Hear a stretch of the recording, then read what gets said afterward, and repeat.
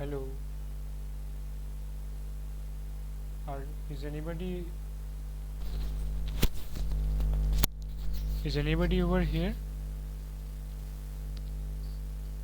Hello. Anup and Shubha, am I audible?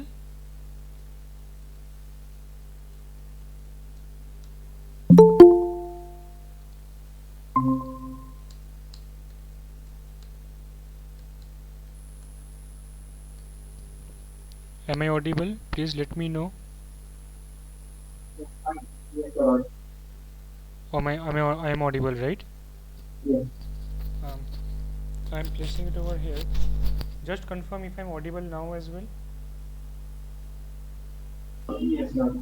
Okay, so it's clean, right? Is it loud enough or it needs to be more loud? Oh, it's fine. It's fine. It's fine, right? Okay. Can you guys share this link with your friends if possible so that we could have more people joining in this session?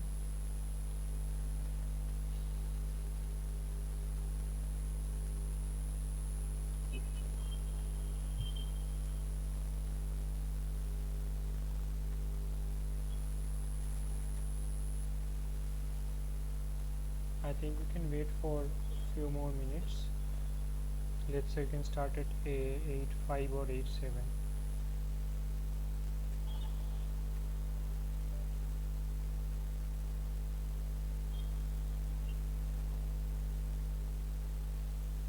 Okay, so Anup, how was the previous assignment?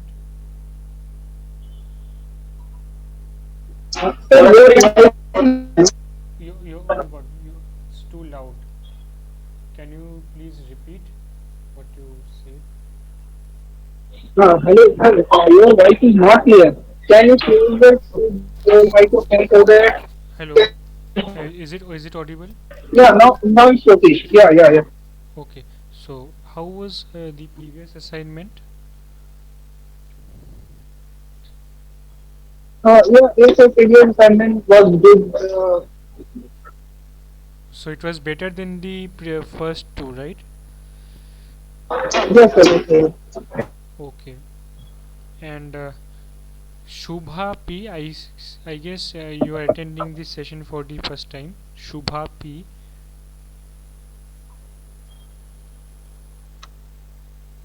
Shubha P, are you there? Okay. Yeah, Shashank, how was it? How was the previous previous assignment? Yeah, I think a little bit tough. Like some of the topics that were not covered. Um, I Little, but I think I might have missed the lecture. Like maybe I missed to watch the lecture. But yeah, I felt that some concepts are not covered. So that is like as you know, and actually I don't know. Maybe the your voice. I guess there's some issue. Can you please bring a mic close and speak once? I mean, I don't know why I'm getting such poor quality voice. Can you? okay, how is it audible now? Is it audible now? It's better, but I don't know. There's some kind of a poor quality. You can type in the chat if possible. How was the previous one? That would be better.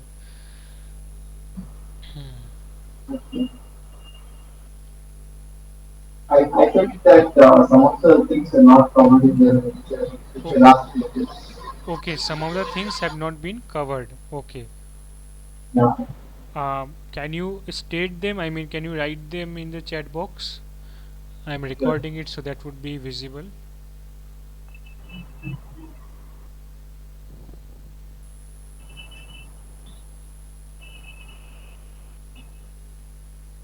Some of the things have not been covered in lecture.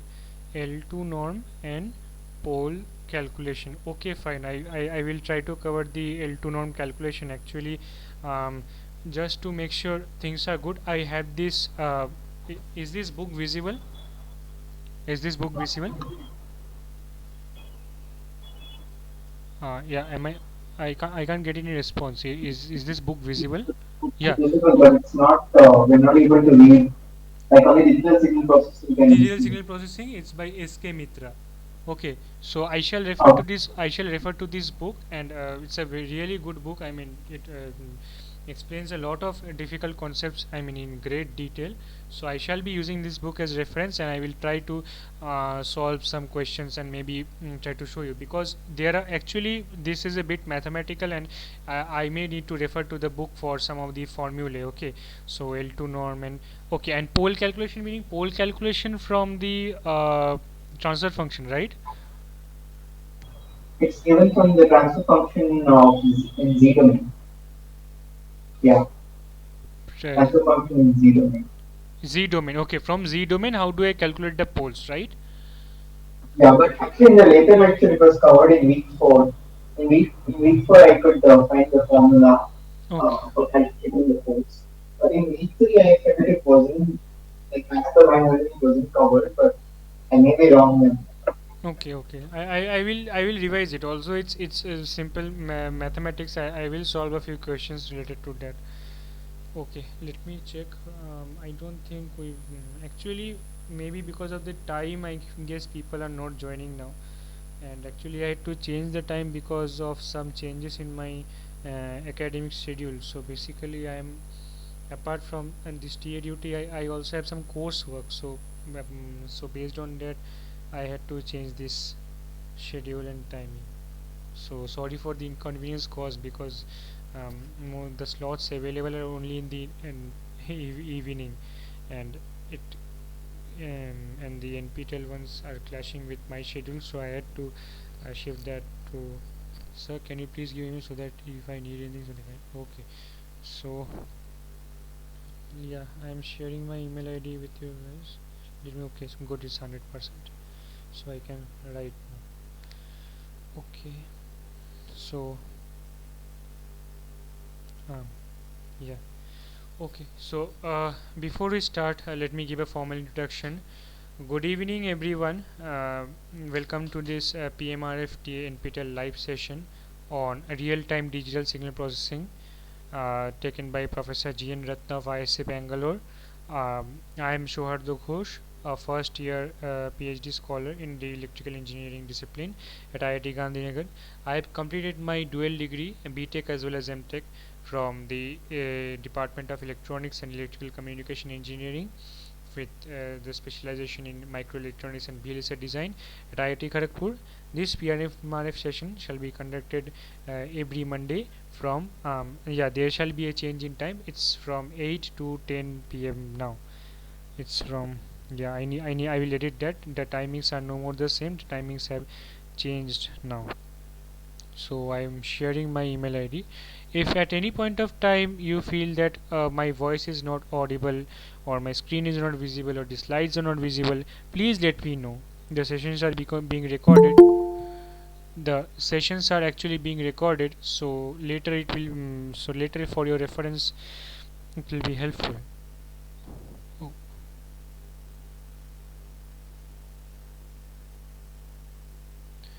so it's week 4.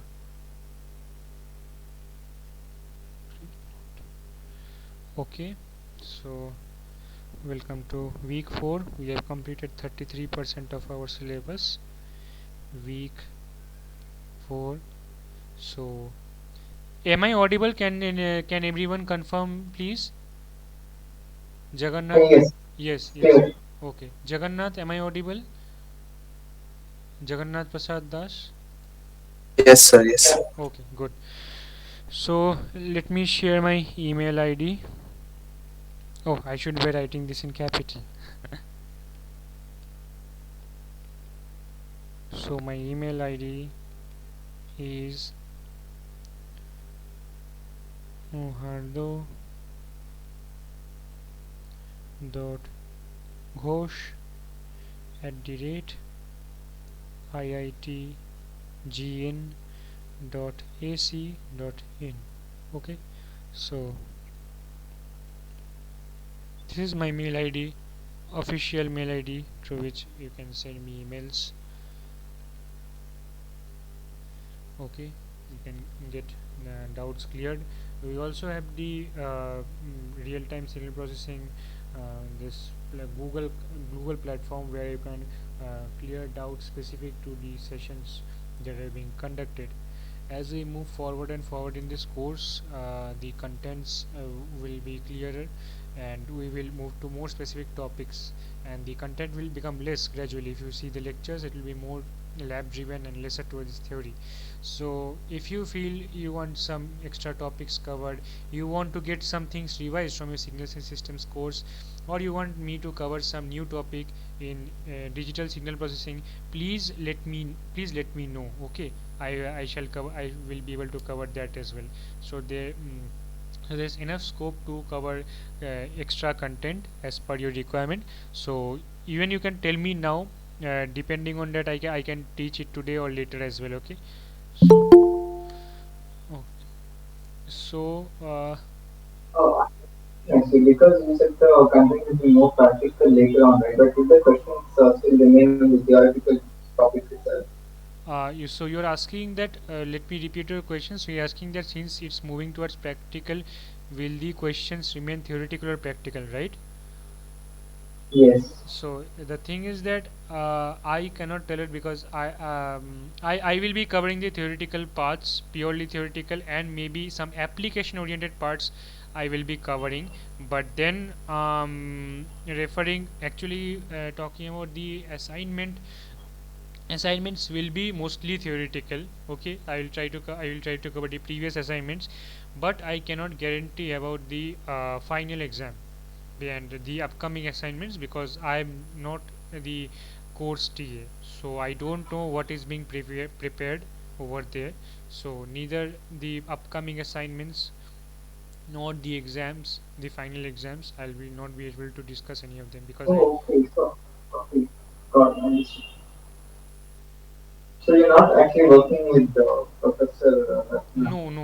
So it's completely independent. It's completely independent. It's just a extra support system. I'll be helping you with the previous ones, but I'm in no way connected with the direct upcoming ones. Okay.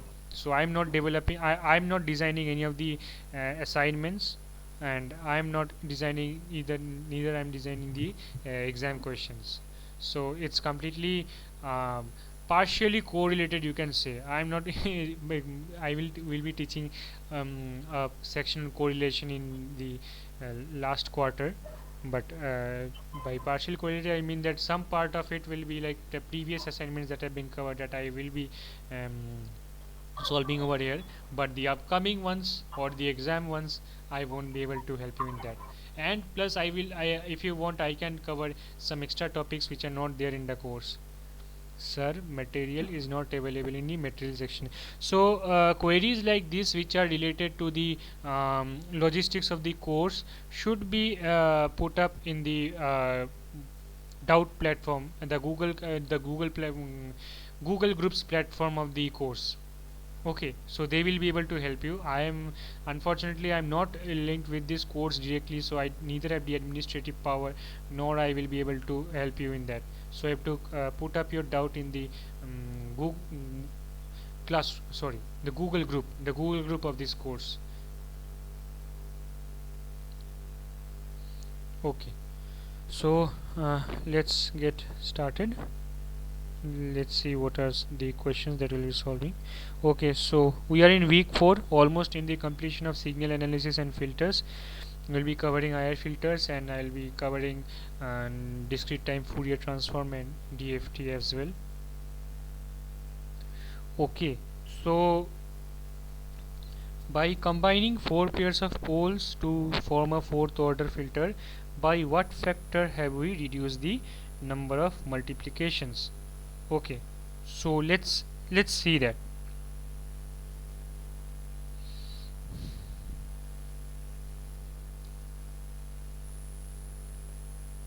So here's our first one. Four poles are there. Let's Okay, is my screen visible? Yes, yes, visible. Good. So there are five of us. Yeah. So let's say there are Yes. okay, okay, okay. So there are 4 poles, let's say A, B, C, D, and all of them have to be less than, the modulo has to be less than 1, so that the filter is stable. So now let's suppose a cascade connection 1 by 1 minus A Z inverse, 1 by 1 minus B Z inverse, 1 by 1 minus C Z inverse, by 1 minus D Z inverse. Let's repeat the question. What was the question over there? Combining 4 pairs of poles to form a 4th order filter section. 4 pairs of poles. Okay.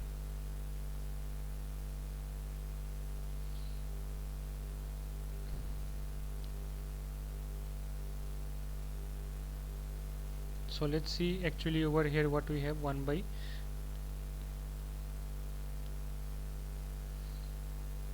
so let's if I see the first one, xn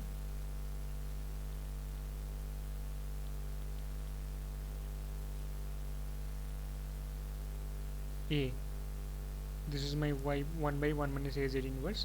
Now I put all of them in cascade. What will I get?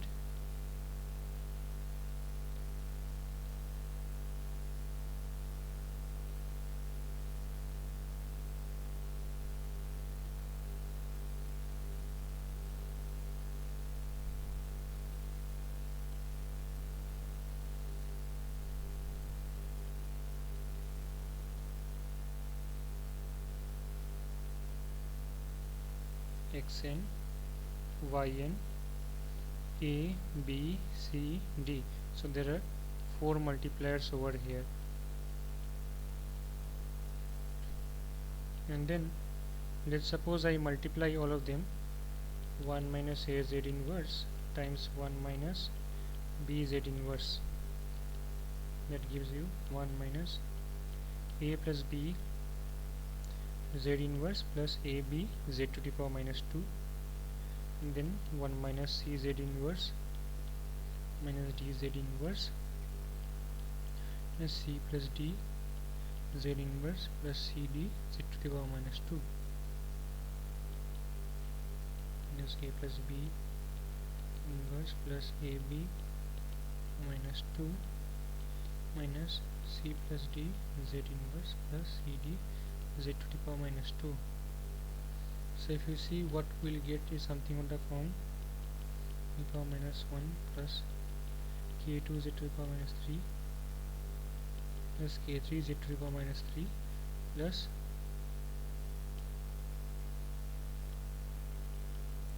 k4 z to the power minus 4. Okay, so I'm not evaluating k1, k2, k3 in that form. So how will it look like? xn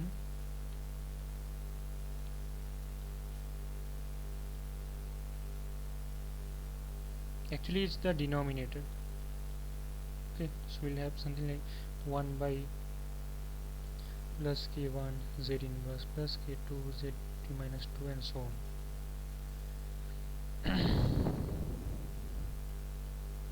Delay.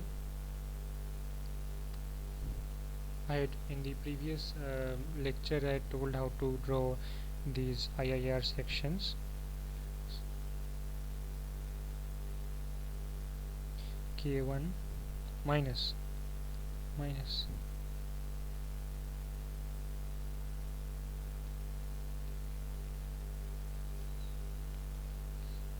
K3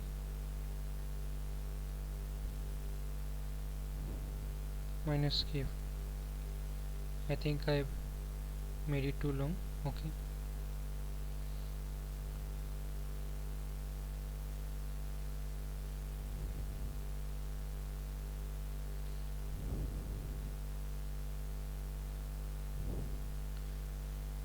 So say we finally have 4 multipliers over here.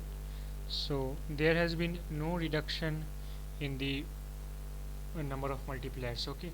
So I hope you got understood the first part of this question, the first question. Is it clear to everyone? We have got 4 multipliers in this case, and even in the cascade form there were 4 multipliers.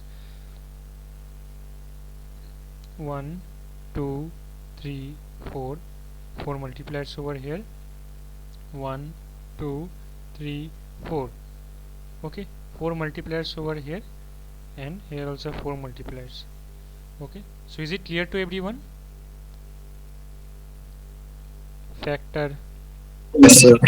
of 0 change. Good.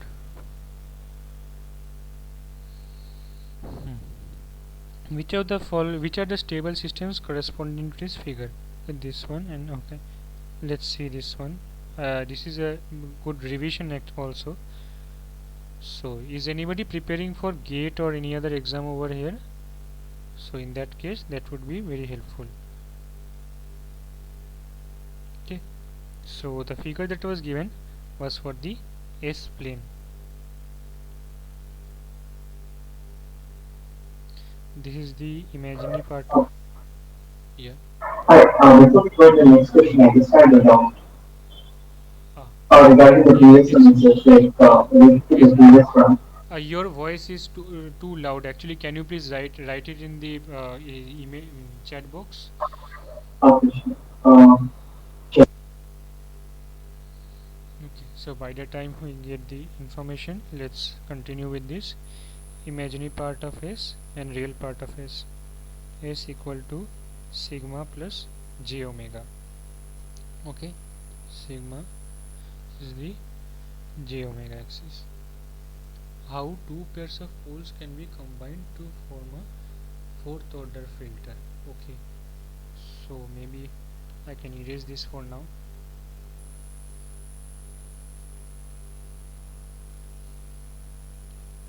Okay, so how two pairs? Okay, I got your question. So we got you covered over here, Shashank.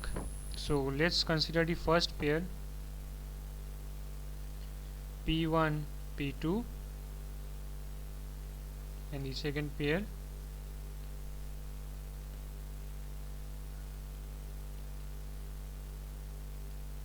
P3 P4. Let's say this P1 is R1 e to the power j theta 1, then P2 will be how much? Can anybody say? It's a pole, I mean we are making real filters. R1 e to the power of minus j theta 1. Yeah, absolutely. So since they will be complex conjugates of each other, P1 star.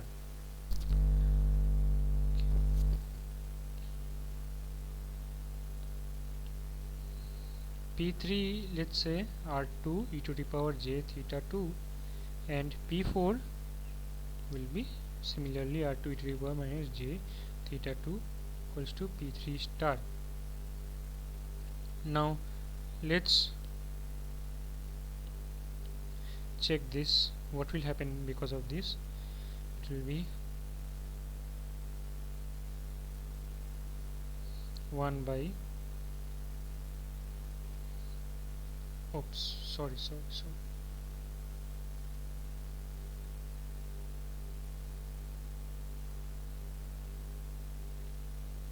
1 by z minus P1 times 1 by z minus P2.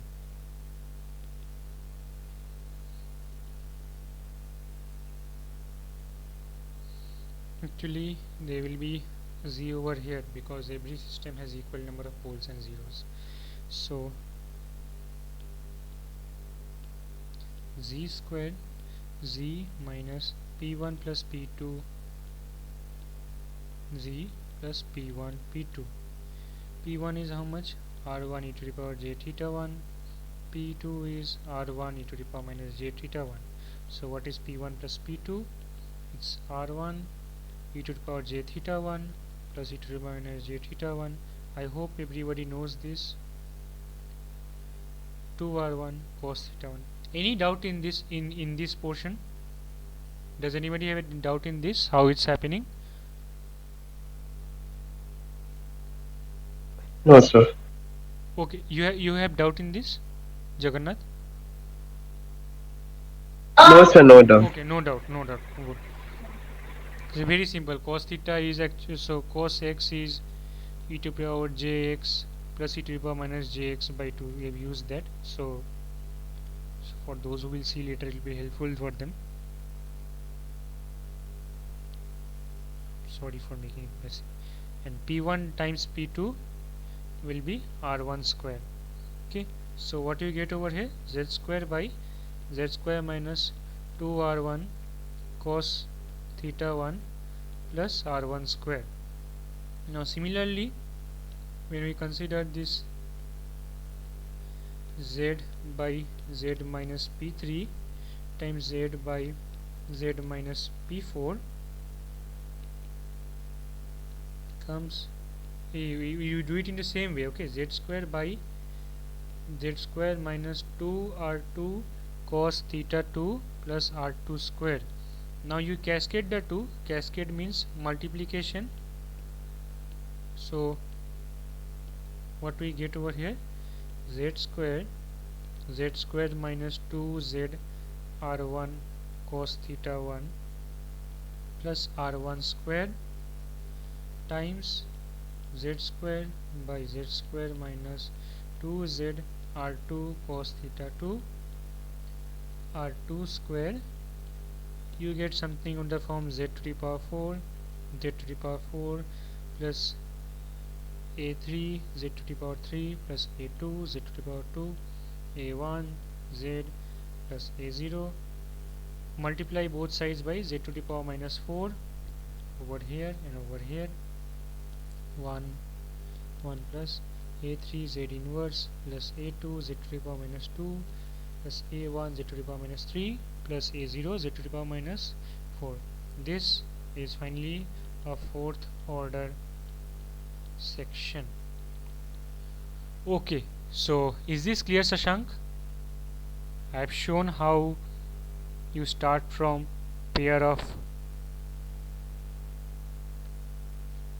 you have a pair of two poles and then you finally reach a fourth order section. Okay, is this clear to everyone, how two pairs of poles can be combined to form a fourth order filter?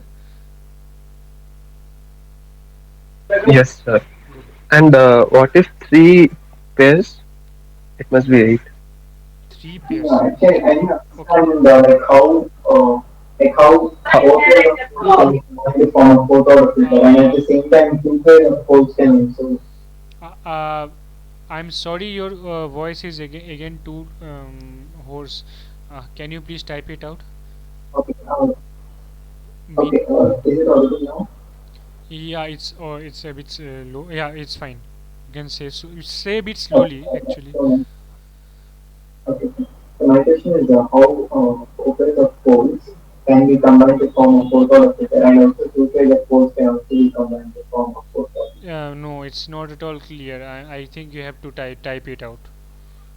There's some Okay. issue. There's some issue with your mic today, unfortunately. Yeah. So somebody, who was it? Jagannath was asking something. What will happen if we have three? Okay. So let me check that. Huh. So for okay. Let me state in this way. So for two poles or for one pair, we obtained something of the form 1 by a1z minus a2z to the power minus 2. Two pairs will have this thing whole squared, or no, even if it's not whole squared, it's multiplied by something, so it's second order. This goes to fourth order. Three pairs will give you 2 to the power 3, eighth order. So n pairs will give you 2 to the power n, 2 to the power nth order. Okay, so meanwhile, when we get the doubt, I shall continue with the second question, which was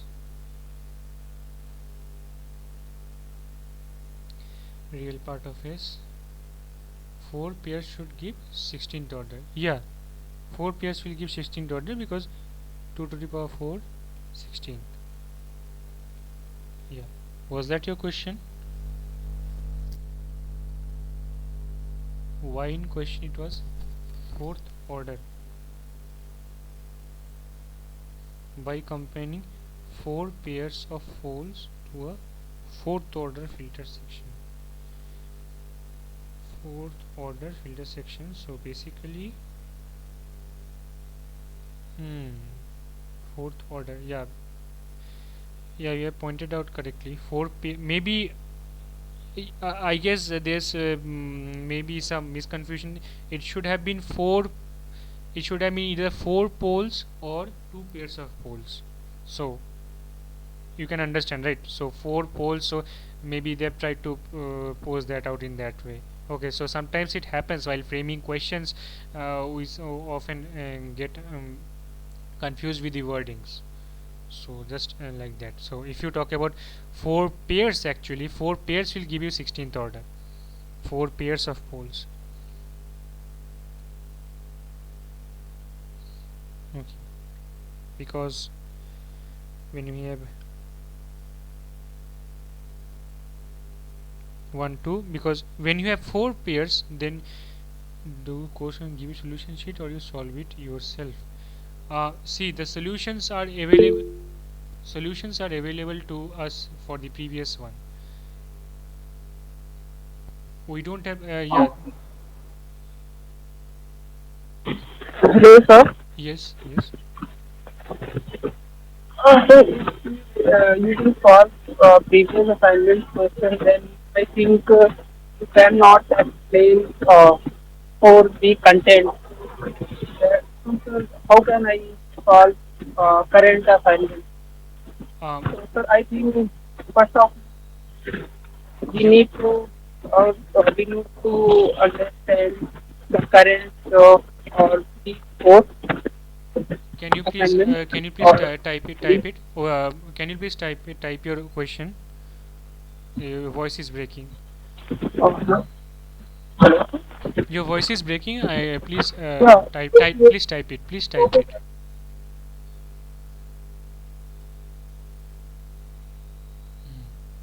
Okay, so real part of S is sigma and imaginary part of S is j omega. Okay, so what happens is that when sigma is less than 0, that's the stable portion. Why is it stable? Because if you check e to the power st, which are the eigenfunctions, so that's e to the power sigma t times e to the power j omega t.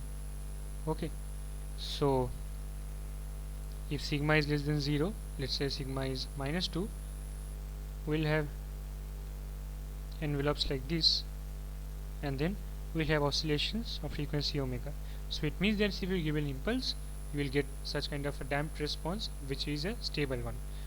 So this is a stable zone, and because and it determine this is the minus sigma value, and this gives you the frequency of oscillation.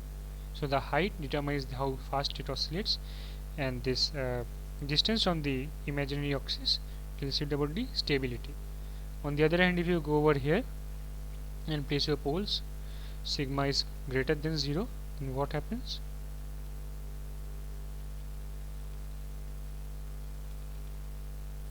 E to the power sigma t, let's say sigma is 2, e to the power 2t. So you give an impulse and you get such an oscillating output, so that refers to an unstable system, and hence poles lying to the right half plane are unstable, and hence if you see over here, which are the stable systems, it's A as well as C, because as you can see, both of them lie on the left half of the plane. It's quite simple. The given structure represents direct form 1 or transpose 2. So basically what is happening, okay, so they have given only 2 is true, which means the transposed. Okay, I am telling you why.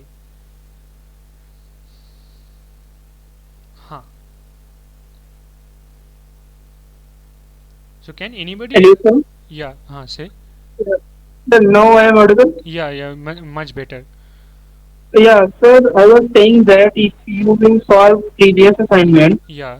you will not give any brief about current week, that is week 4, Huh. then it is difficult to solve week 4 assignment Uh, for us. So, Actually, sir, actually, the thing is that I can talk about the concepts of the week 4, but unfortunately, yeah, we can't. We cannot solve. We cannot help you directly talk about the week 4 assignments because we have been strictly prohibited from doing that. yeah, yes, sir. I know you can't directly go with assignment 4, but sir, you can brief me concept Yeah, about the week yeah, 4 content. yeah. I can do that for sure if you want. Yeah, yeah. Yeah. After that, sir, we can discuss the previous assignments. Okay. Okay. Then you can, as you say. So week 4, Yeah, yeah. week 4. What are the topics that Thank you, you? sir. Week 4, which topic would you like to get covered? We have this DFT thing. So should we cover that? Anup, what do you say? Should we cover week 4 DFT, DTFT and DFT? Actually, sir, last week I was too busy, so sir, I can't watch any video of, of week 4. So, sir, I have no any idea. Okay, so basically week 4 does not have much of a content. It's completely I can show you the previous assignments of week 4. So it's almost quite similar. Given h of z, this fixed all over 2's complement, and then okay. So hmm, fine. Circular convolution DFT and okay. Good. So let me cover. Actually, it is little different, I think, in this cohort. It's a bit different. Shashank, can you please type it out? As I said, your voice is not really coming clear too.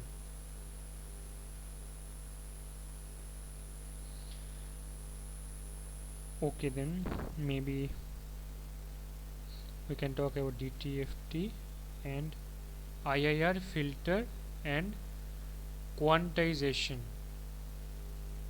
Okay, so you want me to cover them?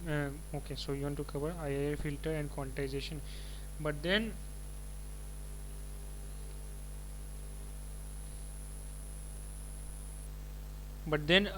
let me tell you, there are no direct questions on number of bits required for stability.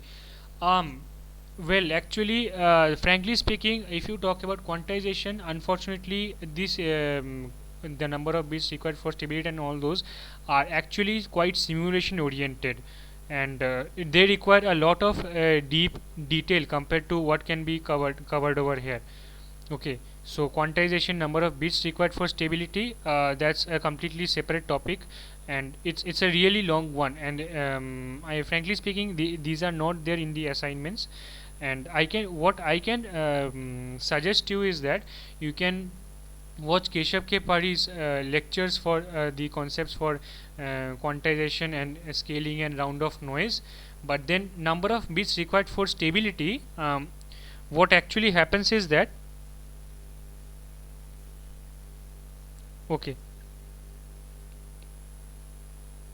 number of let's talk about a number of bits required for stability is question 4 in week 4. Hmm. Let me check that out once for you. Real time. Okay.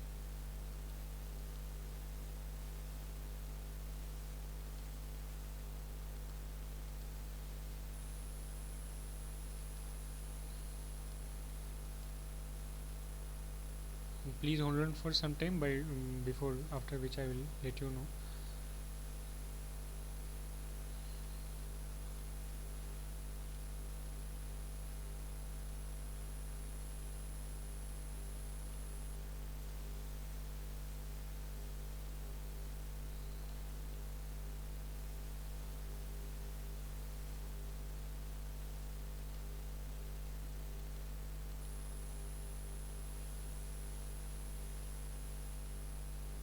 the number of bits required for stability is okay. This seems to be a really big one. So what I can suggest you for this stability thing is that you have both the coefficients, right? Let's say h of g is 1 minus a z inverse minus b z to the power minus 2. So all of these are a and b are real infinite precision numbers.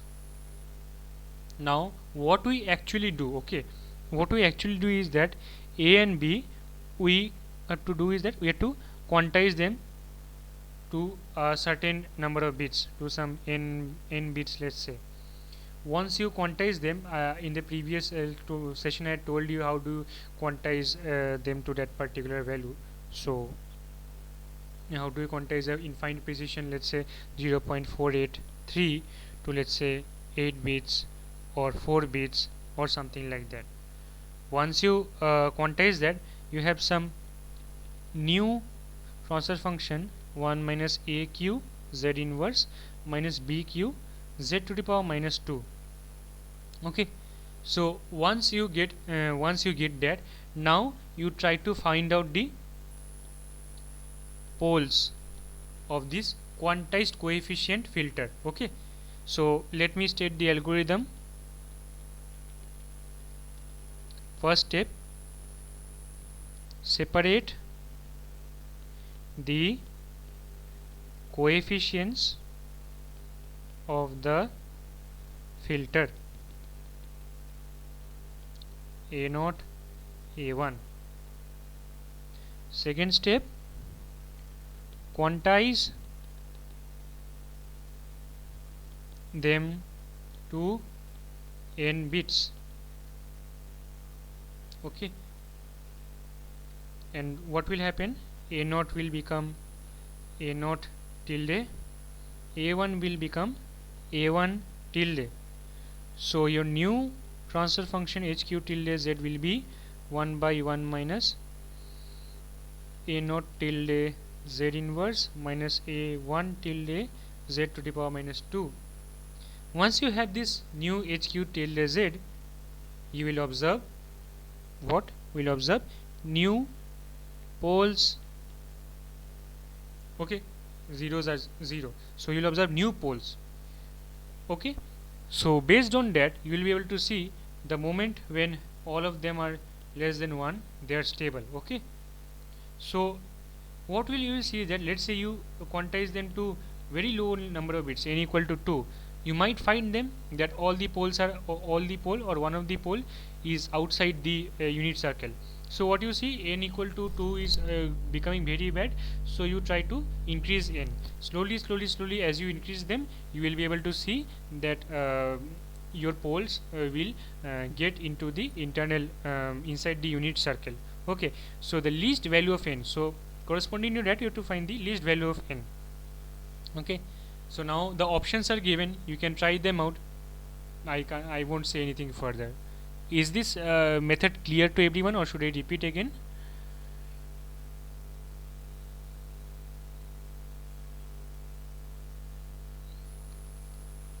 Anup, Jagannath, Sharanya, Shashank, Shubha, was any point of this explanation not clear to you?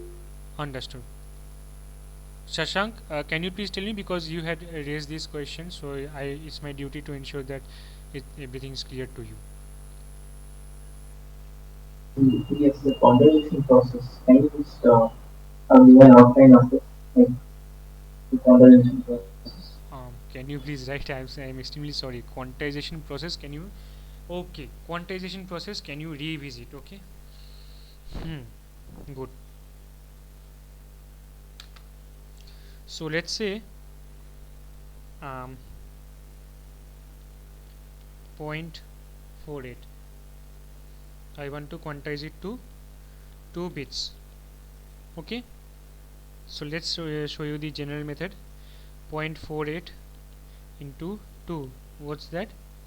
0.96. Generate 0. And then 0.96 into 2, 0.96 into 2, 1.92. Take out the 1. Okay, let's not say 2 bits, it's too small, because 1 bit will be for this sign. 3 bits, so what's that? 0.01. And how much do you find this in the this thing, binary? It's 2 to the power minus 1, 2 to the power minus 2, 2 to the power minus 2. So when you quantize, you see such a big difference. From 0.48 you get back to 0.25. Now let me check out one thing. Please hold on for some time.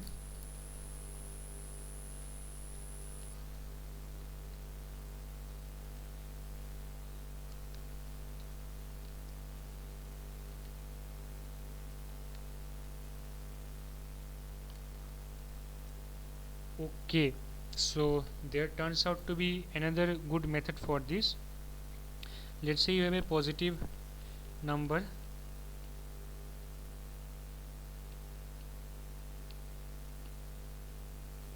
zero point 0.573 or something like that, fractional. Okay, so I want to quantize it to say n bits, out of which 1 bit will be for sign and the rest n minus 1 bit will be for the magnitude. You know what is the best way to convert, directly obtain this value? I am saying you this one I had also learned very recently. So that is this number f times 2 to the power n minus 1, then take the floor. Okay, take this function f, sorry, this number, fractional number f, multiplied by 2 to the power n minus 1 if you want to quantize it to n bits, and then take the in floor. By floor I mean the integer part. When you will multiply f by some this thing, you will get a positive number with some fractional part. That fractional part you have to remove off and take the integer.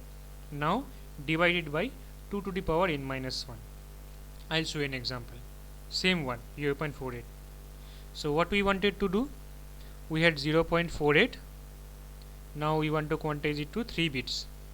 Oh, my 3 is bad. So what do we do? 0.48 times n is 3, 2 to the power 3 minus 1, fractional, sorry, not fractions, floor, by 2 to the power 3 minus 1. If I see what's 0.48 times 2 to the power 2, turns out to be 1.92, 2 square. Now what will happen if I take its floor? By floor I will take the integer part. What is the integer part? 1. What's 1 by 2 square? 1 by 4? 0.25. Amazing. See, it's a even simpler method to obtain this quantized values. Okay, Shashank, is this clear?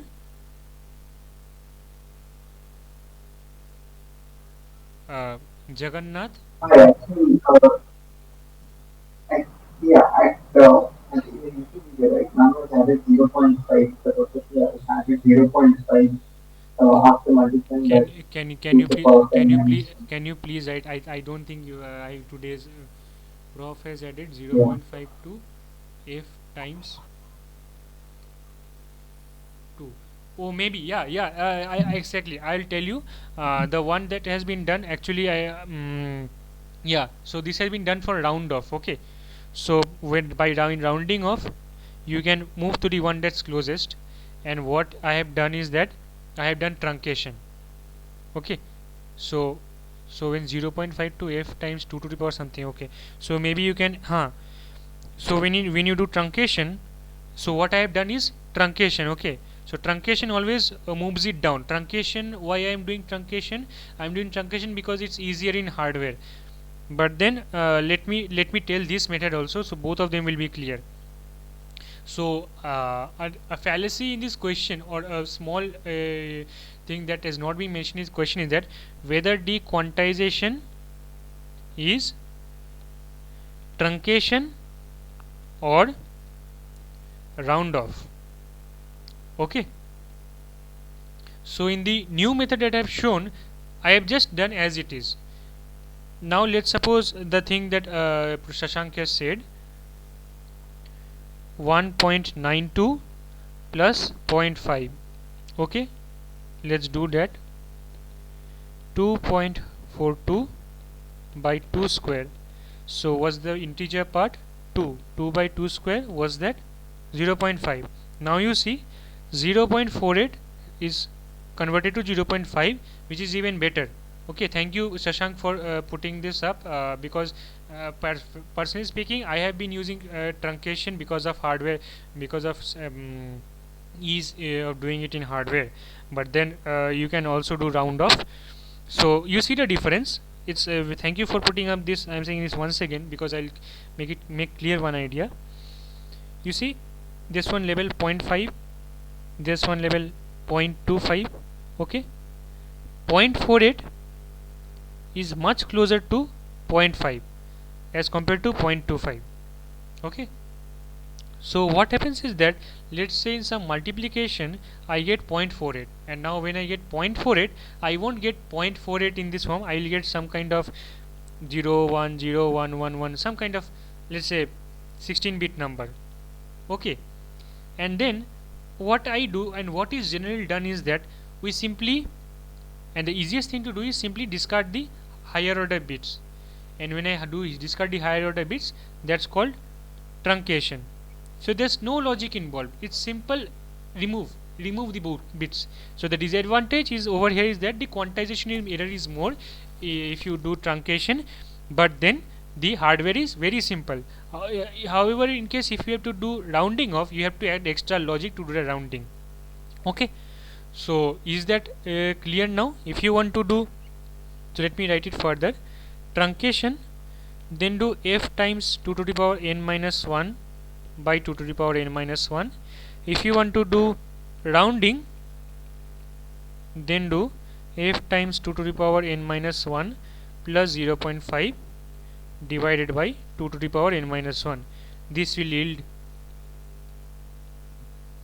more error, but easy hardware.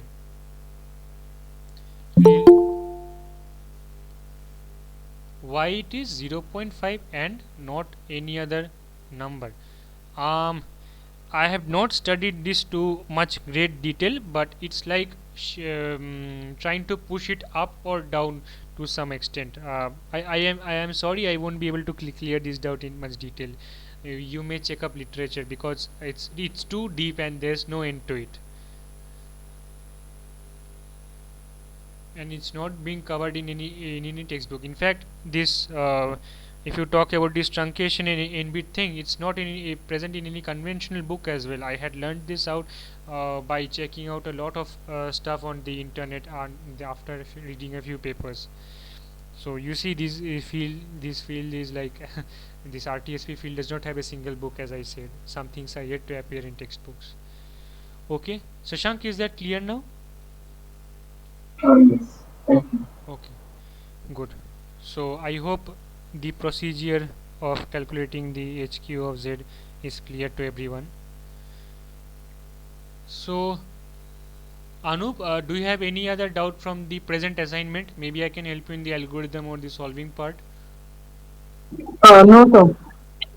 Okay, so let me check what are the questions.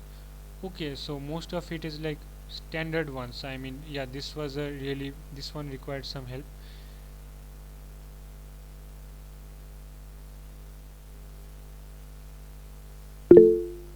Week 3 question 6.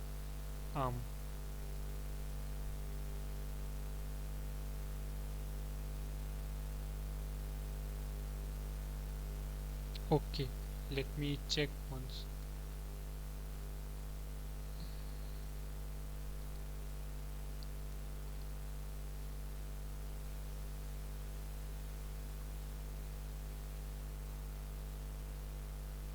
Oh yeah, this is I think you should put that up in the in this, what do you call, group. You should put it up in the real-time signal processing group, because what I can see over here, this shows that the given structure represents regular direct form, transposed form, but there is a picture of a pole zero plot.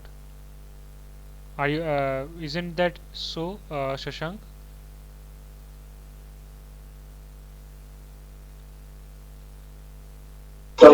Yes, sir. Even I had the same problem. Yes, sir. Sorry, yes, Jagannath.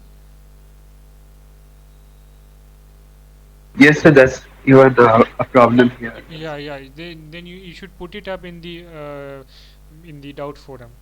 That would be good. Okay, I'm sir. sorry, could you repeat again? I understand. Can you repeat? I will. Can you write it up?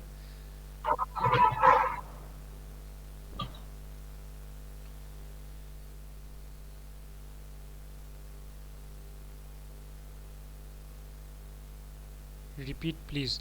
Yeah. So you should post a question, a query regarding. Did not understand what the issue was. So basically, the issue that has happened is that the question week 3 question 6, they have given a diagram of a pole zero plot of the S plane, whereas the question asks whether the given structure represents regular direct form or transposed direct form too. So the image and the question are not related, so that requires an intervention from the course coordinators. Is that clear now?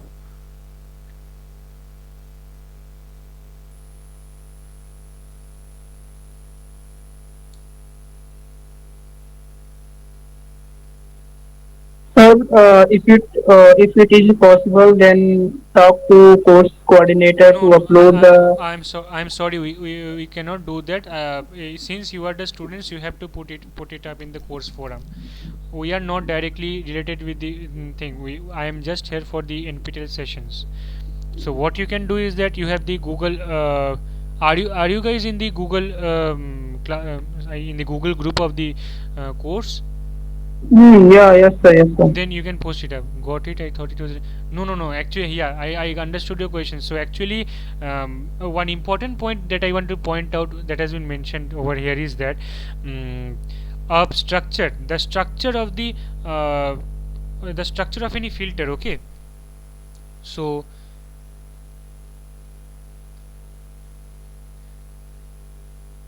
the structure. Let's suppose this filter that you can see over here, this one. This has one structure, and this has one structure. They have different structures, but even after that case, the poles are still the same. Okay, so the pole zero plot is never affected by the structure of, or the implementation way of implementation of the filter. That's a very important point.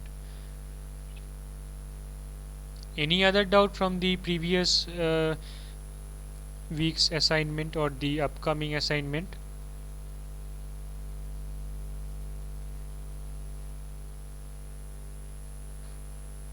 Sir, in upcoming assignment, like in week 4 assignment, question number 7, we have a transfer function and we need to plot a frequency response.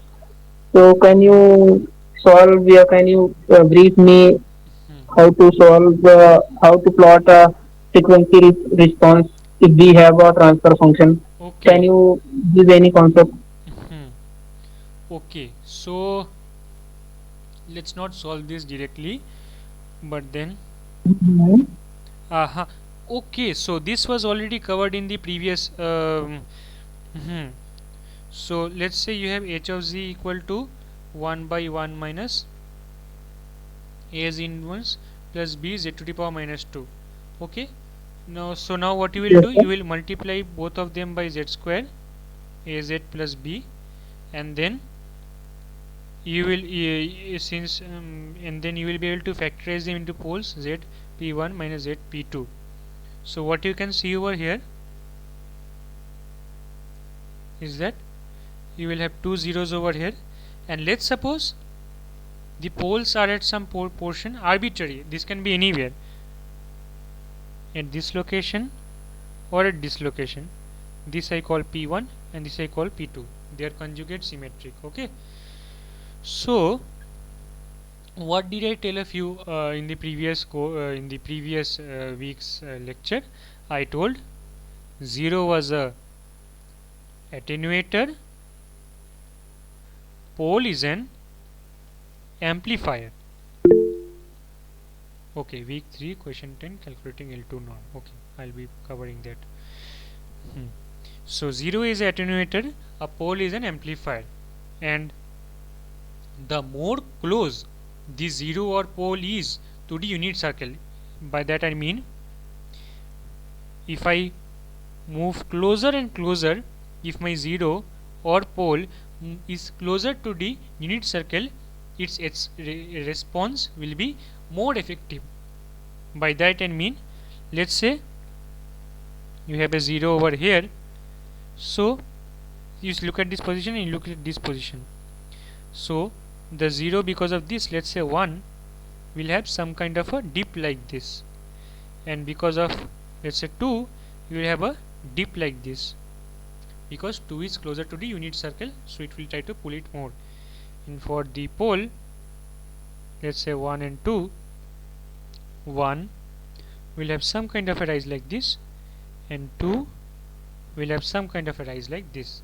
Okay, and okay, so this you start from here, start moving from here, and when you reach the pole over here, let's say omega prime, you give a peak. So what will happen? Here you have 0 and you end at pi. You have a pole, let's say at omega prime. What will happen?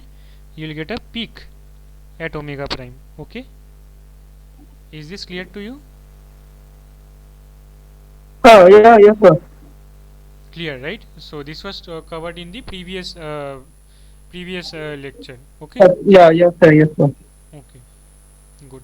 And then there was some question on week 3 No, question. but sir, my question is this: uh, how can I plot a frequency response? Okay, yeah, this is the frequency response, na? See, I Ah, told you. sir, this is the frequency response because we plot figure in uh, omega versus magnitude. Yeah, magnitude, yeah, omega magnitude, and this is the frequency. Omega. Yeah, omega. So this is my frequency response. Yes, magnitude response. Oh, okay. I got it, sir. Thank you, sir. Welcome, welcome. Okay, so week 3 question 10, calculating L2 norm. Let me check out what was the question in week 3.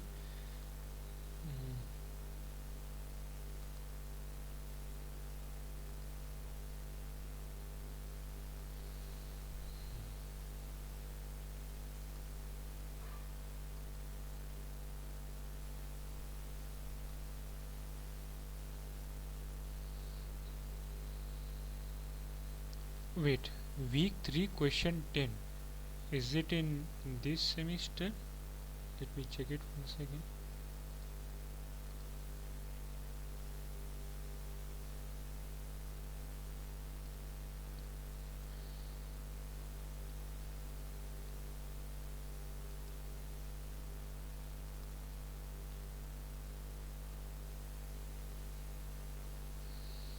Okay, the L2 norm of the, oh god, let me zoom in. 1 minus 0.6. Okay, so Sir, L2 norm, sir, I think we can solve L2 norm directly using formula. wait, let me hold on for a second. Let me draw it. Hz equal to 1 by 1 minus 0.6 z inverse plus 0.25 z triple. Yeah, so what were you saying, Anup? What was your what was your point? How can we solve it with the formula?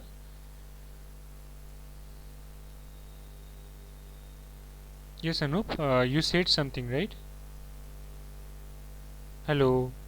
Sir, I was saying that we can solve if we need if I want to calculate L2 norm, Hmm. then we can use formula and L2. we can directly get the answer. What is the formula for the L2 norm for this question?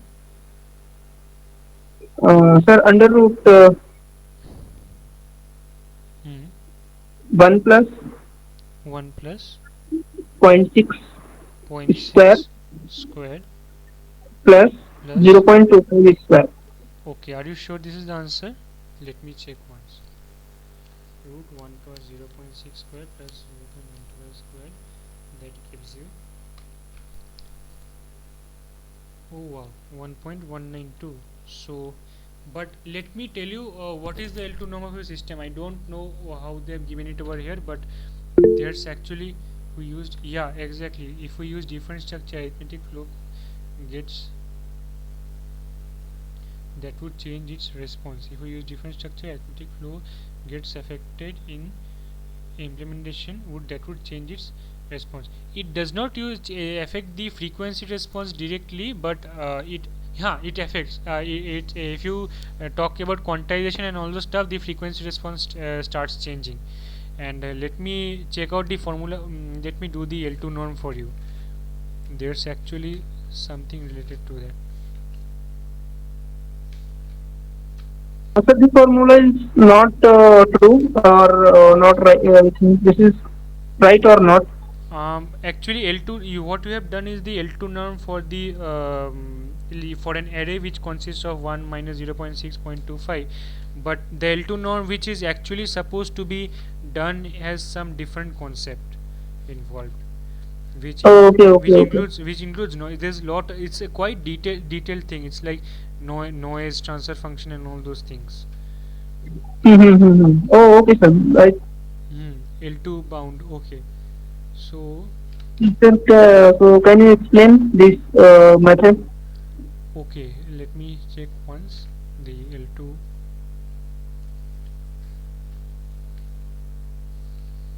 Hmm.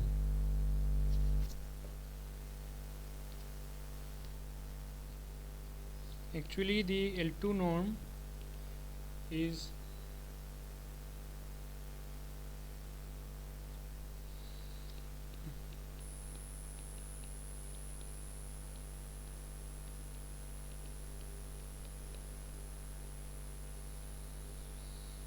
so corresponding to h of z, you have some frequency, you have some impulse response h of n. Now, when you take the sum square of h of n and then take its square root, that's actually the L2 norm, which is the square root of your energy. And it actually is actually helpful when you have to discuss the noise and all those properties in the filter. So I won't be discussing much about this, but actually this is supposed to be the formula.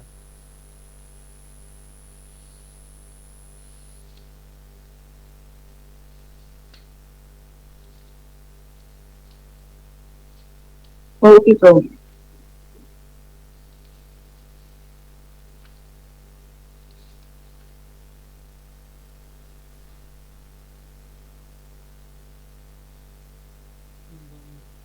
Okay, no, square root.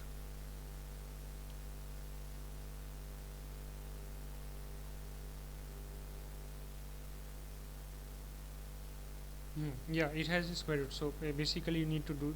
Actually, the L2 norm has to be calculated in this manner. I mean, it's not the normal way you did.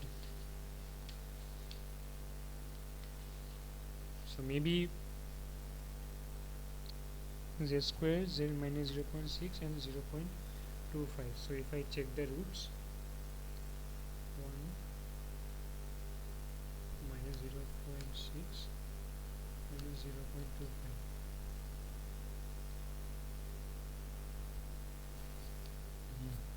How to calculate L2 norm from transfer function in z domain. Okay, so that's actually, if I tell you the real formula, so that's even more complex. It involves complex integrals. Let me show that once.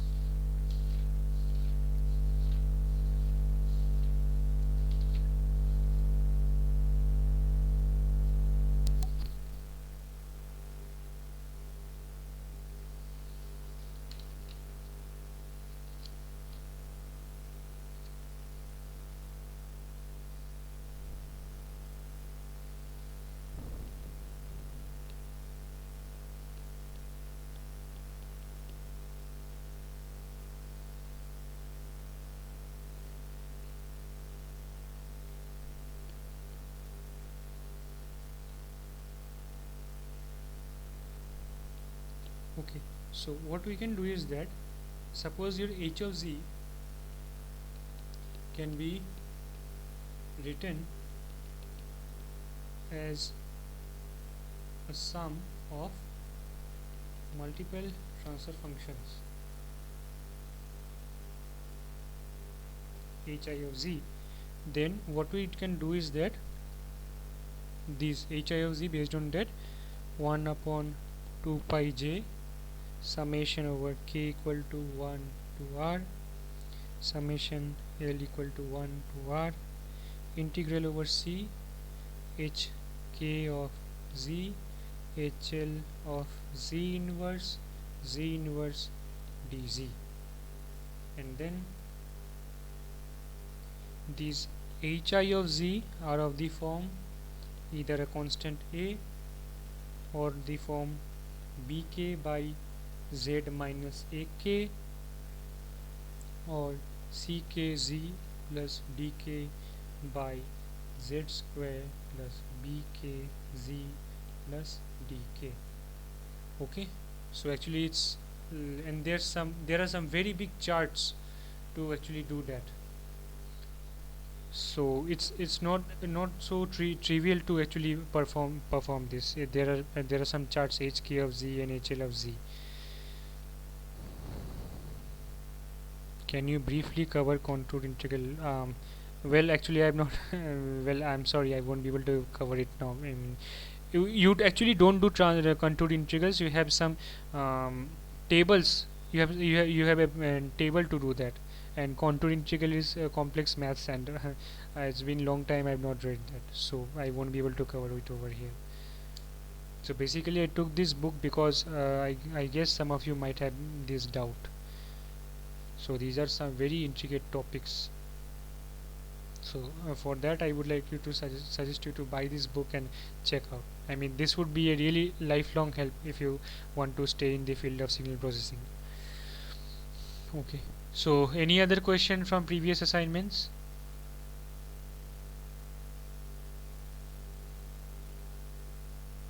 If you want to cover contour integrals, then you can actually check out some of the engineering math PMRF sessions as well. So they will be explaining it much better than me in that case, because it's been time. I because as engineers we refer to charts and tables. Okay. So Anup, Jagannath, Shashank, Sharanya, any other doubts apart from these?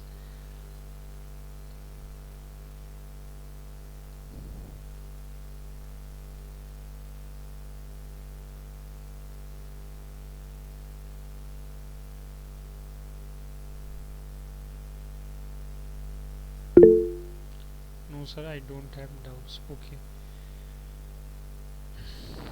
Hmm. 1.192 answer the poles. Okay, 1 by 1 by 0.6. Let's do a practice question.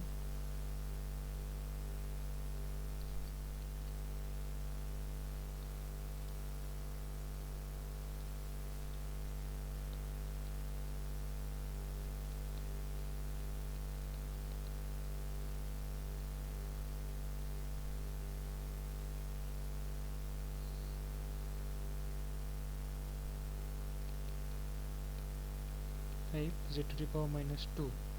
Okay, so let's calculate its poles. Z square was curious why is the what is the audience of this lecture, are they exclusively? No, actually anybody can attend this. This is actually public. I've been sharing with my friends as well. Anybody can join.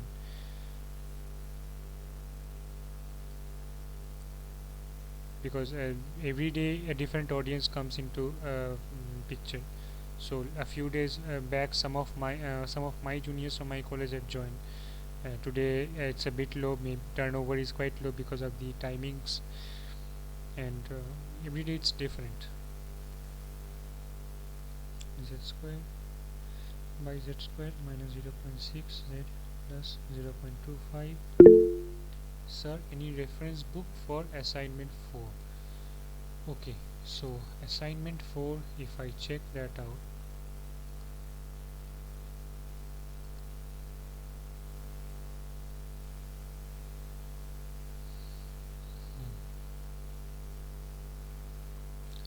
So the assignment 4 questions that I can see can easily be solved by SK Mitra will be more than enough.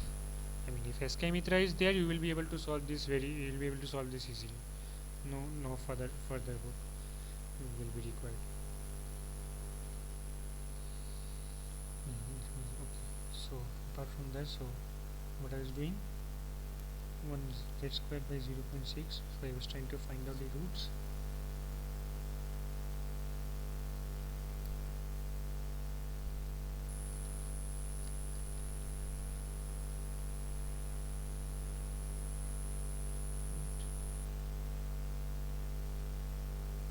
Just plus.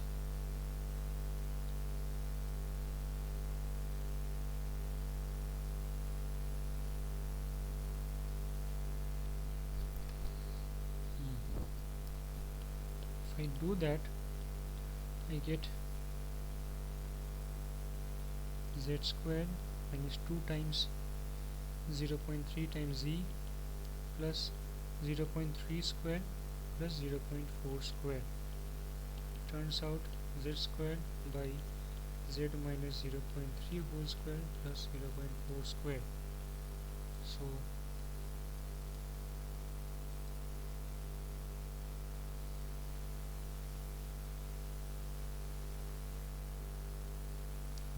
so have you guys done question number 9? Did you solve that? The zeros are at z equal to 0, 0. The poles are at z equal to 0.3 plus minus 0.4 g. So you can see over here in the answer key they have given z equal to 1.85 and z equal to 0.15. Question number 9 has everybody solved in week 3 assignment. Shashank, Anup, Jagannath, Sharanya. Yes, sir. You did not solve it? No, I solved it, sir. So what was the answer that you were getting? So can you show the assignment question? Yeah. So I won't be. Yeah, I'm showing it over here then. The question number 9. Not solved. I think it will be. Pole locations are okay. I just showed it now. I'll show you. Sir, I think we can multiply z square in denominator and numerator, and we can factorize, then I can got the correct answer. You got the correct answer. Are you sure? No, sir. I think this question or some answer is Hmm. wrong. So basically, somebody was again repeating how to find it. So never go for substitution, at least in second order systems. I mean, factorization that can be good enough. So what the question was, 1 by 1 minus 0.6 z inverse plus 0.25 z to the power minus 2. It might look a very simple question, but I am solving it for everybody's convenience so that everybody is at the same ground. Multiply this by z square, so you get z square minus 0.6 z plus 0.25. Now we shall use the method of completing the square. Okay, z square, z square. Oh, z square is over here. Now you have z. Now you do this. A plus b whole square is a square plus 2ab plus b square. Try to bring this pattern in this. Minus 2 times z times 0.3. So you have this z over here. So you add 0.3 whole square to it and again subtract 0.3 whole square to it. I hope you guys know this one because it was taught in our elementary school. So what do you do over here? Group them. Z minus 0.3 whole square is 0.25 minus 0.09. Further going down the lane, z squared, z minus 0.3 whole square plus 0.16, z minus 0.3 whole square plus z 0.4 square. So the poles, sorry, I am extremely sorry. zeros are at 0, 0. The poles z minus 0.3 whole square plus 0.4 square equal to 0, z minus 0.3 whole square equal to minus 0.4 whole square. It's a negative number, I'm taking the square root, so we'll have the imaginary part coming out, plus minus 0.4 j, z equal to 0.3 plus minus 0.4 j. So it's a complex conjugate pair. Okay, Sharanya, I hope you have now, it's not so. So I hope now you have understood how to solve these questions, not to go for substituting pole 0 plot. Square root of 0.4, it's 0.4 squared actually, so you are taking the square root, it's square root of minus 0.4 squared.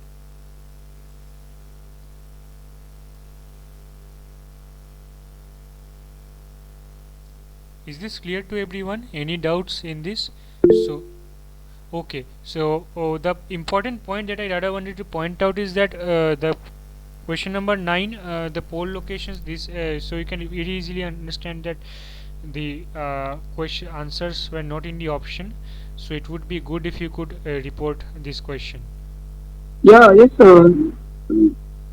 Yeah, answer is not matched. yes, yes. So what you need to do is that you need to go to the Google discussion group of this course of real-time digital signal processing and post a doubt saying that the answer did not, and there is no correct answer, along with your explanation.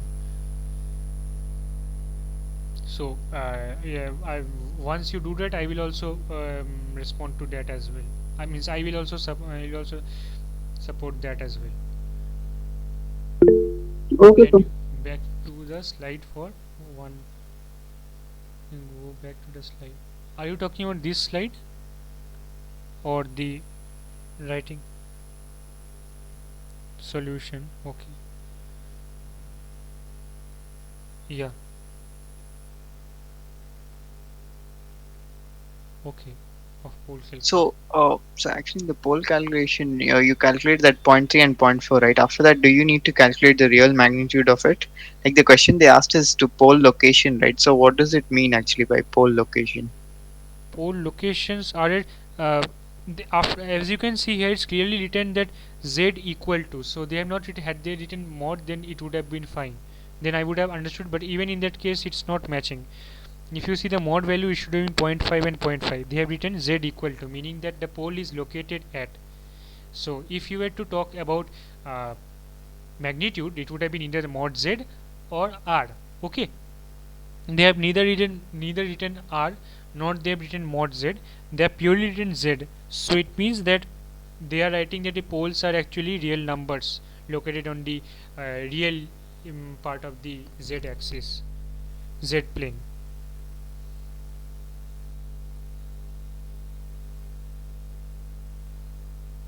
Is that clear? Okay. hmm. So I shall be covering. Okay, let's cover basic. uh, what was it dt? hello, sir. Yeah. So in week 4 assignment, huh question, can you see the question number 4? Week 4, oh god, you will. Question number 4, sir. In week 4. Week 4 question number 4. Yeah, I had already discussed about that. But yeah, yeah, yes, sir. But sir, that time my internet was not good. So, sir, can you just explain again? Okay, so you want me to repeat that, right? Okay. So Yeah, yeah, sir. So because my internet was not good that okay, time. okay, okay. So, No issues, no issues. So what I said was that, let's suppose I have this. Okay, let me use the highlighted. Done. Okay. Okay, so let's suppose we have this transfer function over here. H of z is one, this thing. Now a and b that were provided are of infinite precision. That means you need infinite bits to show them. But now I want to quantize them to n bits. So when you want to quantize them to n bits, so n bits will actually go to 1 bit for sine and n minus 1 for magnitude. Is this visible? Yeah, yes, sir. Okay, so 1 bit for sine and n minus 1 bit for magnitude. And how do you quantize them? There were two ways that I had shown. First one, take truncation. In truncation, you take this number and multiply it by 2 to the power n minus 1. Take the integer part or the floor. Okay, so let's suppose you get some number 2.37. If you take its floor, it means you take the integer part, it is 2. So for example, I had shown over here as well. You had 0.48 and you want to quantize it to 3 bits, which means that 2 bits will be the magnitude. So what you do, you take 0.48, multiply it by 2 to the power 3 minus 1, you will get 1.92. Now what is its floor? It is the integer part, you take out 1. Now the fraction will have 2 to the power n minus 1, which you can see over here is 4. So 1 upon 4 gives you 0.25. Okay, so that was truncation. But now the other part that Shashank rightly pointed out is that we also have something called rounding. So in rounding, what you do, rather than just multiplying this by 2 to the power 3 minus 1, we add 0.5 to it also. After we add 0.5, then we get this number and take its integer part and then divide. So that I have shown over here. For truncation, you multiply it by this number into 2 to the power n minus 1, take its fractional integral part and divide by 2 to the power n minus 1. For rounding, you multiply by this number, multiply this number by 2 to the power n minus 1, add 0.5 to it, take its integer part and finally divided by 2 to the power n minus 1. Okay, that's rounding. So in that way, what we have done, we had this a and b, we then converted them into quantized coefficient. Now once we convert into quantized coefficient, yeah, I showed you how to calculate the poles of the transfer function just now. In that way, use that to calculate the new poles. And if the new poles are less than, lie within the unit circle, that is the magnitude is less than 1, then you know that they are stable. But then you have to check n minimum value of n. That means that let's suppose you get n equal to 17, that n equal to 17 is stable. That means that n equal to 18 will also be stable, 19 will also be stable, 20 will also be stable. But then you need to check whether 16 is also stable or not. If 16 is not stable, that means that 17 is the least number of bits for stable. But if you see that 16 is also stable, then check for 15. Okay, and keep on doing it until you check that it becomes unstable.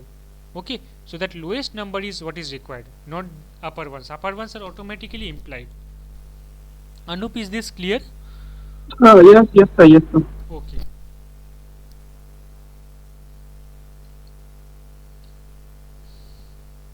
So finally, I think I can start DFT. So what happens is that if our signal is, let's say, continuous, if our signal in time domain is continuous and aperiodic, okay, so in frequency domain what will happen? Can anybody tell me? Sorry, sir. If our signal is continuous and aperiodic in time domain, what will happen in the frequency domain? How will the frequency spectrum look like?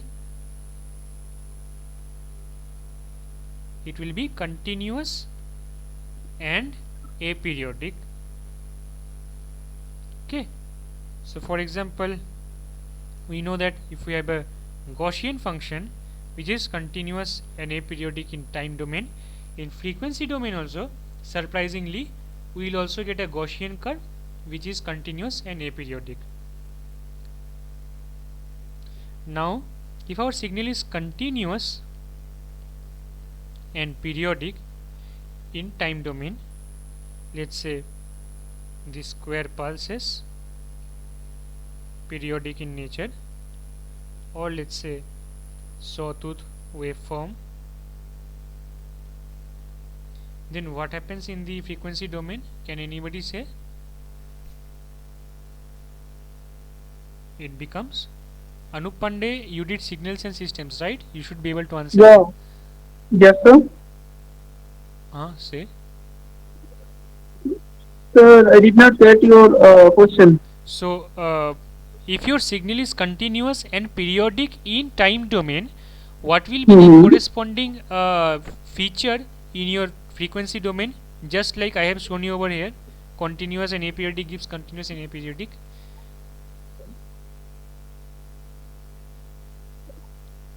Okay, so what happens is that, say. Sir, I think the value comes at a particular time. 30 kilohertz. Okay, fine. I did not get your point. Can you write in the chat box if possible? Meanwhile, I am giving the answer. So, because it is continuous, it will be aperiodic in nature, and because it is periodic, it will be discrete in nature.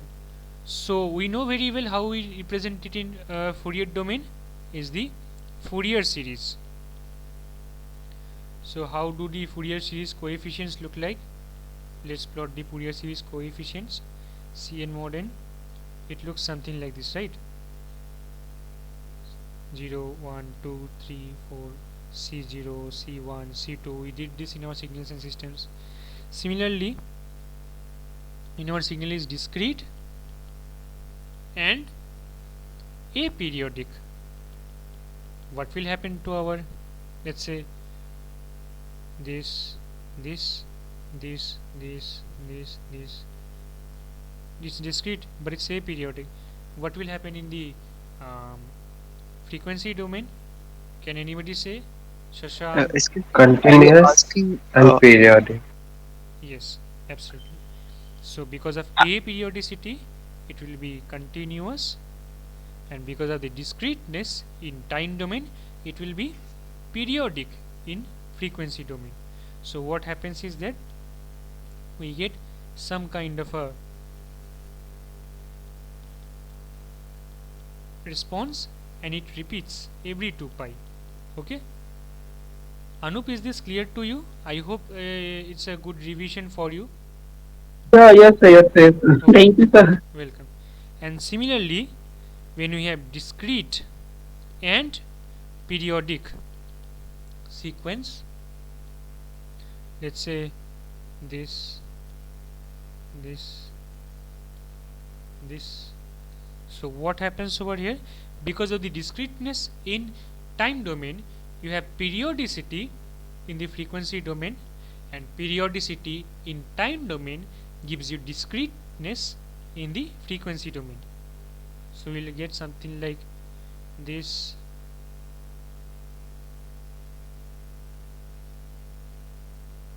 So you see it's entirely periodic. So it's periodic as well as discrete. So what happens is that we earlier in our signals and systems we used something called the discrete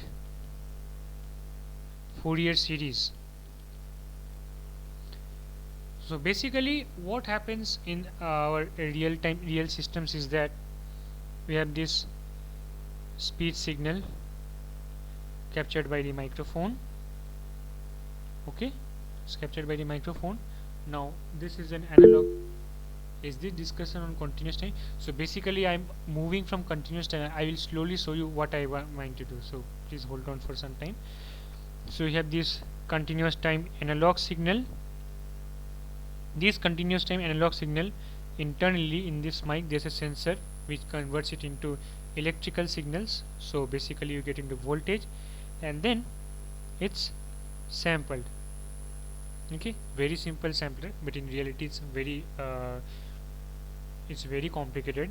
And if you are interested in knowing what happens in these A to D converters, Okay, so before that, so when we do sampling at some sampling rate TS, we learned about the Nyquist sampling rate. So we get discrete time analog signal. Okay, so our signal was like this, and now what happens at discrete instances of time? We get these kinds of signal. Okay, so now, and what happens after that? We quantize it. Okay, and when you quantize it, we have certain levels. So our signal has to be like this, or this, these kinds of discrete levels. Okay, so it's discrete time and discrete in amplitude. Okay, so what I was saying is that if you are interested in learning about ADCs and you have some interest in circuit design, I would refer to this data converters course by Shanti Pawan. He's a very famous professor at IIT Madras. If you are interested and you have some good background in analog circuits, you can watch this marvel. Okay, so my main point over here was that when you go to discrete time and discrete amplitude, you have finite sets of numbers to be working with in your computer. Okay, let's say I am talking about 4-bit per sample, but then when we want to do some kind of an operation, when we do some kind of a operation on it, what we do is that we actually, let's say we have very big speed signal. So what we actually do, sometimes we have certain operations called frequency analysis or spectral analysis. So what we do is that we do not take the entire signal at once, because signal goes on, you keep on talking. I've been talking for more than 1 hour and 39 minutes. Okay, so you cannot you cannot process that long signal. It will not give you good information to process. You will get some average data. So what we do is that we actually take chunks of data. Okay, we take small chunks of data and process of them. So it takes, let's say, n samples. Okay, so what we do, we have finite number of samples. Okay, in time domain they are discrete in time and a finite length. So what happens is that when you do it, when you show them in a single signals representation, 0 1 2 all the way till n minus 1, they are non-zero, and for the rest of the time they are 0. Okay, so now when we try to analyze this signal, what we do is that we make repeated, when we want to do spectral analysis of this signal, it's all in discrete time, we make repetitive copies of the same. Okay, same copy over here. So what you have over here, a discrete and periodic sequence. Okay, so let's say x of n lies between n lines between 0 to n minus 1.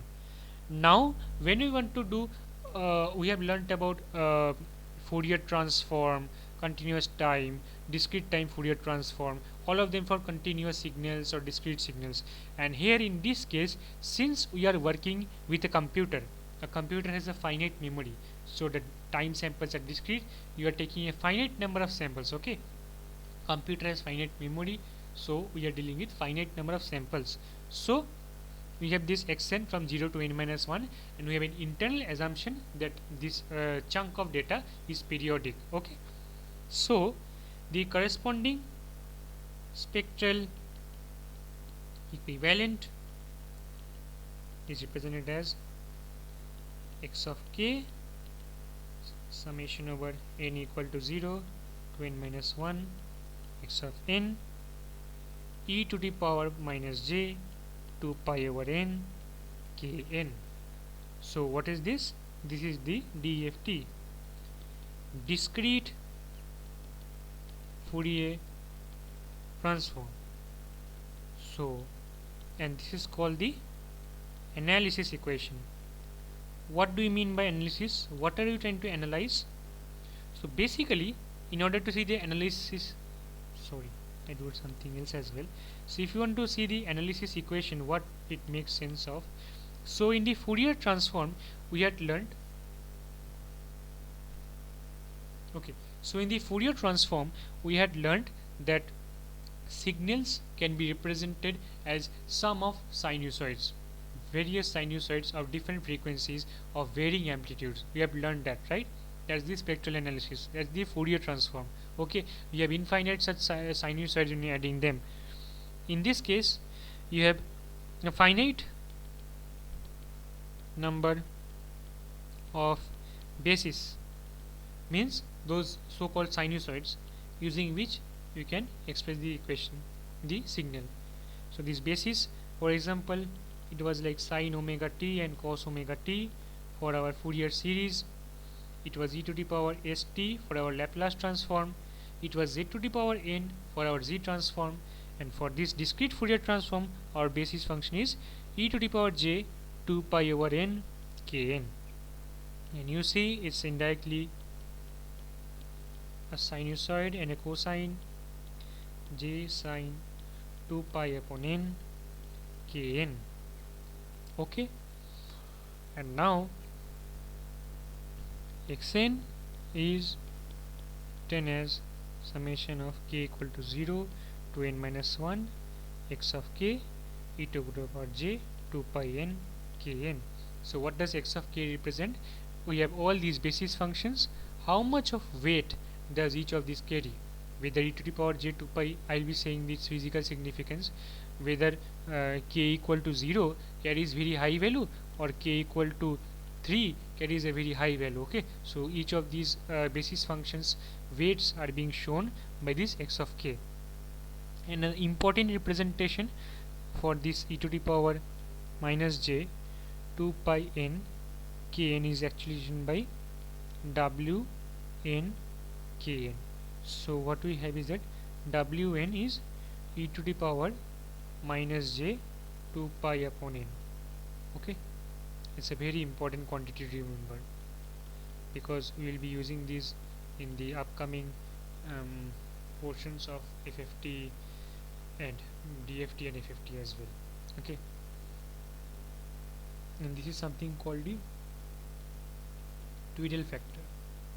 Okay, so now these Tweedle factors, okay, so these e to the power j 2 pi upon n kn, if you try to see when you decompose them, you get something like 2 pi n kn. Okay, and what did we talk about omega when we sample?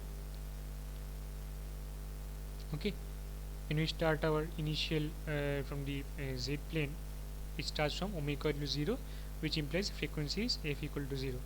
As we go around and reach over here, we reach a frequency omega equal to how much? Anup, Shubham, Shashank, how much? How much is this? Angular frequency pi. Anup, what is the corresponding analog frequency if you have a sampling rate of fs? If you have a sampling rate of fs, what is your analog frequency corresponding to omega equal to pi?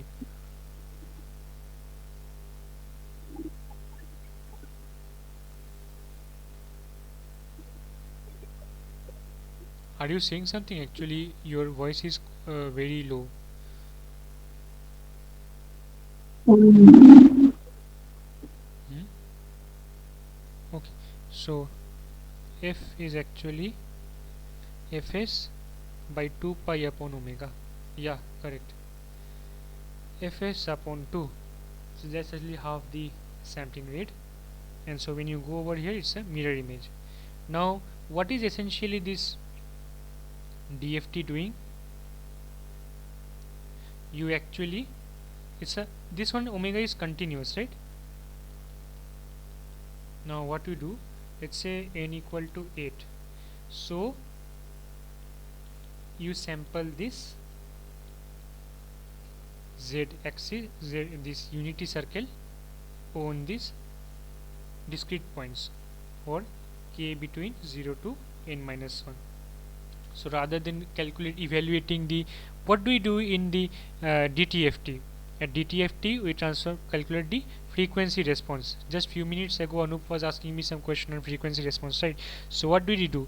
We were moving around the entire circle. Okay, I was walking. When I walk, I cover each point. Okay, I was covering each point on this unity circle. But when I'm doing DFT, so I don't need to put my leg on, I don't need to cover all the points on this. Okay, I just need to cover only certain number of points: 0, 1, 2, 3, 4, 5, 6, 7. So you see I'm covering this, I'm covering this. These are the values that I am covering. 2 pi by 8 into 0, 2 pi by 8 into 1, 2 pi by 8 into 2, 2 pi by 8 into 3, 2 pi by 8 into 4, 2 pi by 8 into 5, 2 pi by 8 into 6, 2 pi by 8 into 7. As I told you earlier, we shall be moving only around this edge because our signal is limited between 0 to fs by 2, and the region after that will be a complete repetition of our upper half. See the symmetry over here, there is symmetry over here, and even the spectrum from 0 to fs by 2 we will see symmetry. Okay, symmetry about this axis and symmetry about this axis.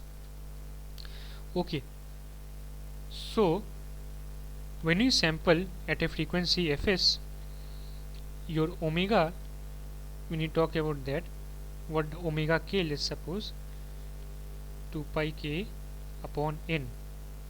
Okay, so what do we say actually? So 2 pi corresponds to fs, so omega k will correspond to fs by 2 pi upon omega k. Unitary method, fs by 2 pi times 2 pi k upon n. Cancel them. So omega k corresponds to a factor of k by n fs. So let's suppose a signal is sampled at 512 points and its sampling frequency is 8 kHz. What will be the signal frequency at k equal to 32? Okay, so let's see the significance of the statement.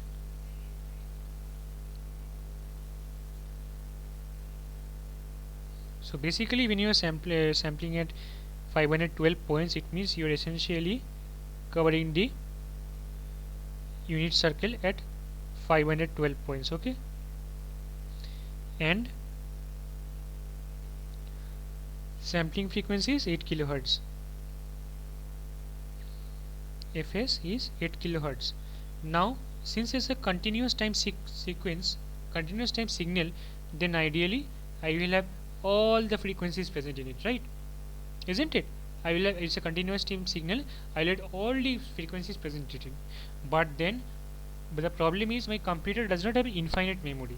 My computer has finite space and finite values, finite regions to store the values correspond to these frequencies. So what do I do? Up to fs by 2 I sample them at, I sample the spectrum at endpoints. Okay, so just like I told, I am covering the unit circle and then moving around, not moving, I am just putting my legs on these points 0, 1, 2, 3, 4, like that. I am dividing into 512 points and putting my legs over here, and these correspond to frequencies that are k upon n times fs, k by 512 times 8 kilohertz. Now what will happen? It was mentioned that k equal to 32. So what is the frequency corresponding to that? K equal to 32. So 8 6 are 48, 8 4s are 32, half, so half kilohertz or 500 hertz. So what will happen? X of 32 will give me the magnitude and phase corresponding to 500 hertz. Okay, so what is happening? You have a continuous time signal, you have sampled it and sampled the signal at 512 points, and based on that finite information you are trying to estimate the component 500 hertz present in it. Okay, and that's called spectral analysis. What's that called? Spectral analysis. Okay, so x of k actually -1.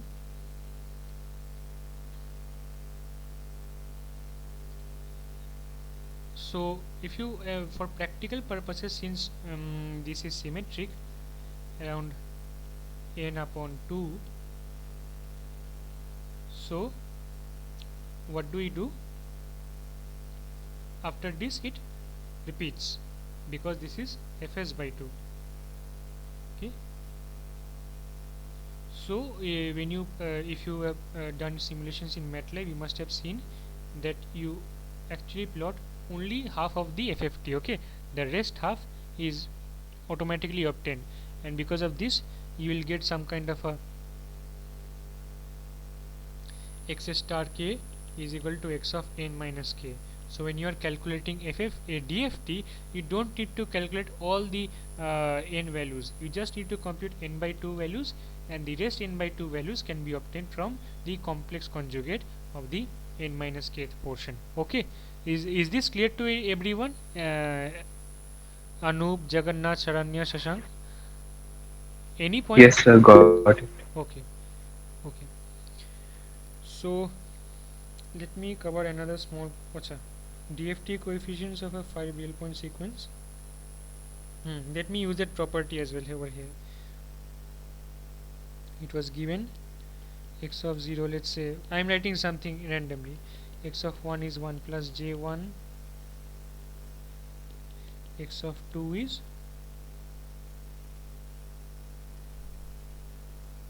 x of 3 is given. So 3 is 2 minus 3 is 2 minus j2 and n equal to 5. Okay, so it was asked what is x0. So what property we will use is that we are given 5-point DFT, but then we have only 3 points. Okay, so an important property that I had mentioned is that x star k is x of n minus k, which is the conjugate symmetry. So we have x of 1 is there, x of 3 is there, we need x of 2, or you can write x of k is x star of n minus k.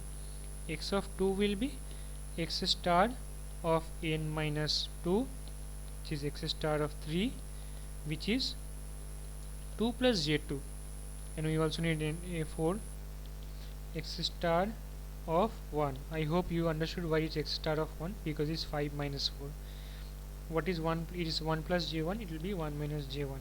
So let me rearrange and then write x of k over here. X of 0 was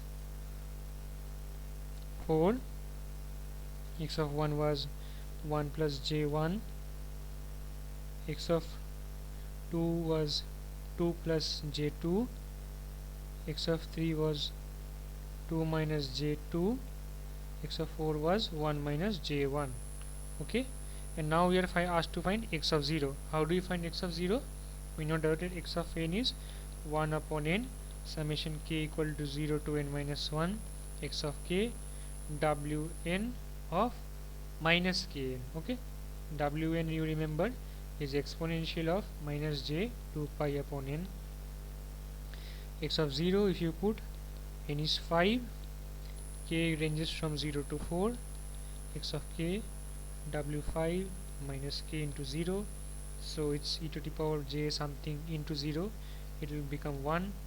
So x of 0 is actually summation of x of 0 plus x of 1 plus all the way till x of 4. So what will happen? These complex conjugates will cancel. So I am not showing that calculation, I am directly taking the real parts. 4 plus 1. Okay, let me write 1 plus j1 plus 2 plus j2 plus 2 minus j2 plus 1 minus j1. This cancels 1 by 5. 4 plus 2 plus 4. Okay, these get added to get 2. These two are get to 4. 4 plus 4 8. 8 plus 2 10. 10 by 5. X of 0 is 2. Okay, so is this entire problem clear how I have solved it? Any doubt, any confusion at any stage of this problem?